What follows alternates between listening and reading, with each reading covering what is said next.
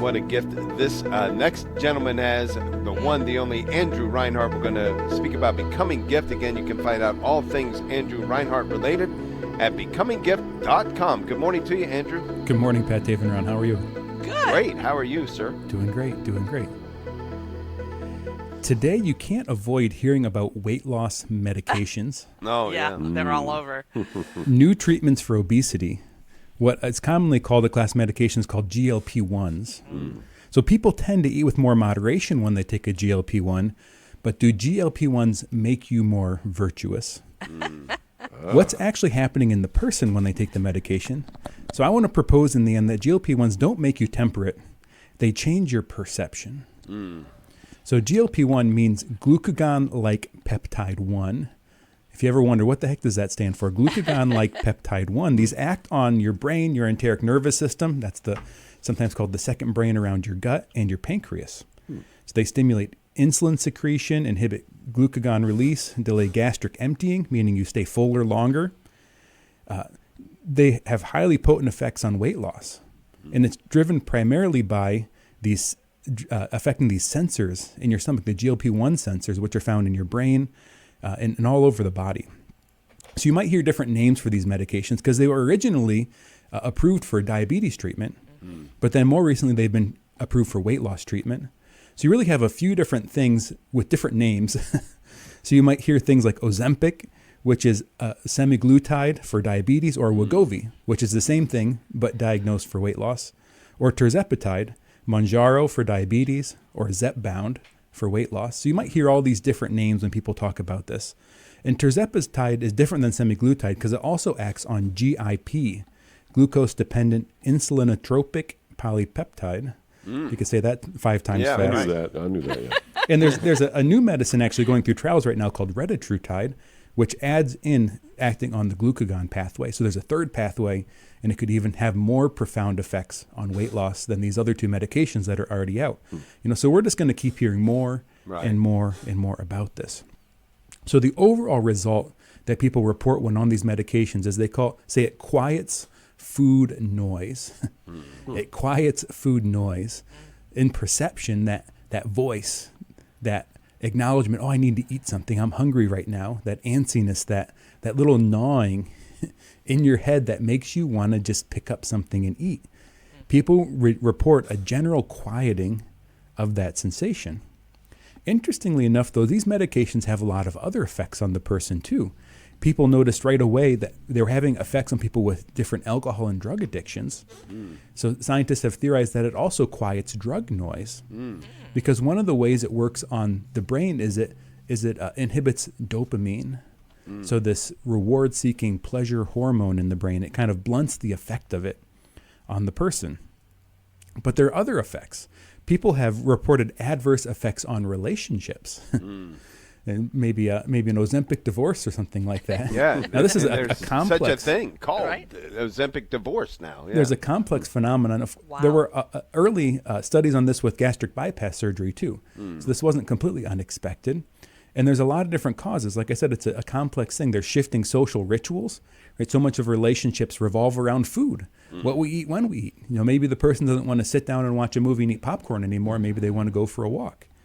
There's changing power dynamics. Right? The person's self-esteem is boosted, their perception of maybe where they are on a social hierarchy. Right. Maybe they go from being and this is kind of crude, but maybe they go from being a 3 to a 6. Right. And so they sort of have a different perception of their self-worth. It can also cause jealousy and resentment, insecurity in a partner, shifting in the person's appearance. Maybe you're wondering why the other person isn't doing what they're doing to take care of themselves. Right. But then there's also this effect on dopamine, which is involved in pleasure seeking and sometimes the effect of suppressing libido. Now this is interesting because it is mixed, because losing weight stabilizes and regulates your hormones. So hormones like testosterone and estrogen that are involved in attraction of partners can sometimes get healthier. So while the dopamine signaling in the brain might be lower, your hormones might be more regulated, creating almost like a stable effect in the person. So it really doesn't affect your attraction for your partner. But some people do report and experience this change in their attraction level toward their romantic partner when they're on these medications. So I want to propose, like I said before, that these GLP-1s, they don't make us temperate, but they change your perception. Since they're affecting the organs of the body, they're changing what you sense, what you perceive. And as a result of that, then you have different passions. From a philosophical perspective, that's your level of attraction or repulsion that's created as a result of your perception. So in general, we talk about the concupiscible passions. These are attractions toward things that are good or beautiful or lovely or attractive, like food and romantic relationships and even things like the need to sleep and other things like that. Right. So what's happening is it's changing your perception, so it's affecting the passion that you're experiencing, which then you can, of course, act more in control many times. So they're not actually making you more virtuous. So medical decisions are always statistical decisions. So doing nothing always carries potential risks and potential benefits, and choosing treatment always carries potential benefits and potential risks too. Right? So you have to make these decisions with your doctor and also understanding the pros and cons of what not doing anything carries a risk, but also the potential benefits and risks of taking the medication. So I'm not trying to comment one way or the other, positive or negative about this, but just to understand the whole phenomenon and what's going on in the human person. Andrew, hasn't there been some research done lately too about like what happens if you stop taking them, like you've been on them for a while, let's say, especially if you're doing it for weight loss, right? You hit your goal, so you stop taking it. Some of the research I read is that you just go right back to where you were. Yeah. And I think this is, the case for any treatment of anything. It's like the person goes off to, an inpatient treatment for something, and they come back home into their regular environment, and then they relapse into whatever they went into treatment for. So it's the same as any other treatment. So some people think you need to be on them for the rest of your life.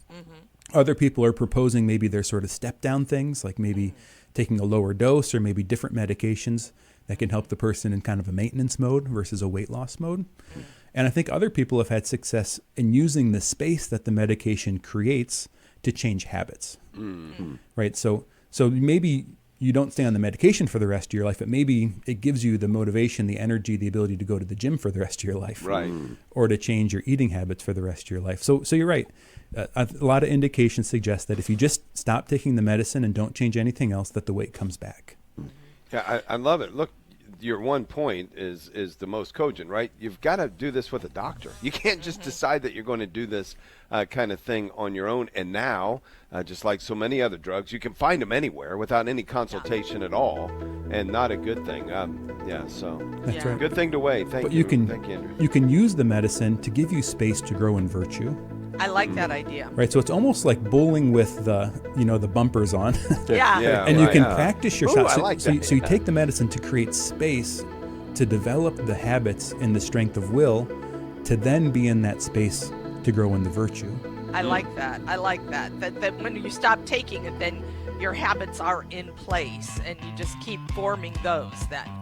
Amen. I like bowling with the bumpers, and I will tell you, I will only bowl with bumpers. if they ever came up with golf with nets on both sides of the, then I would golf. My ball would hit the net, bounce back into the fairway. Yeah, good to go.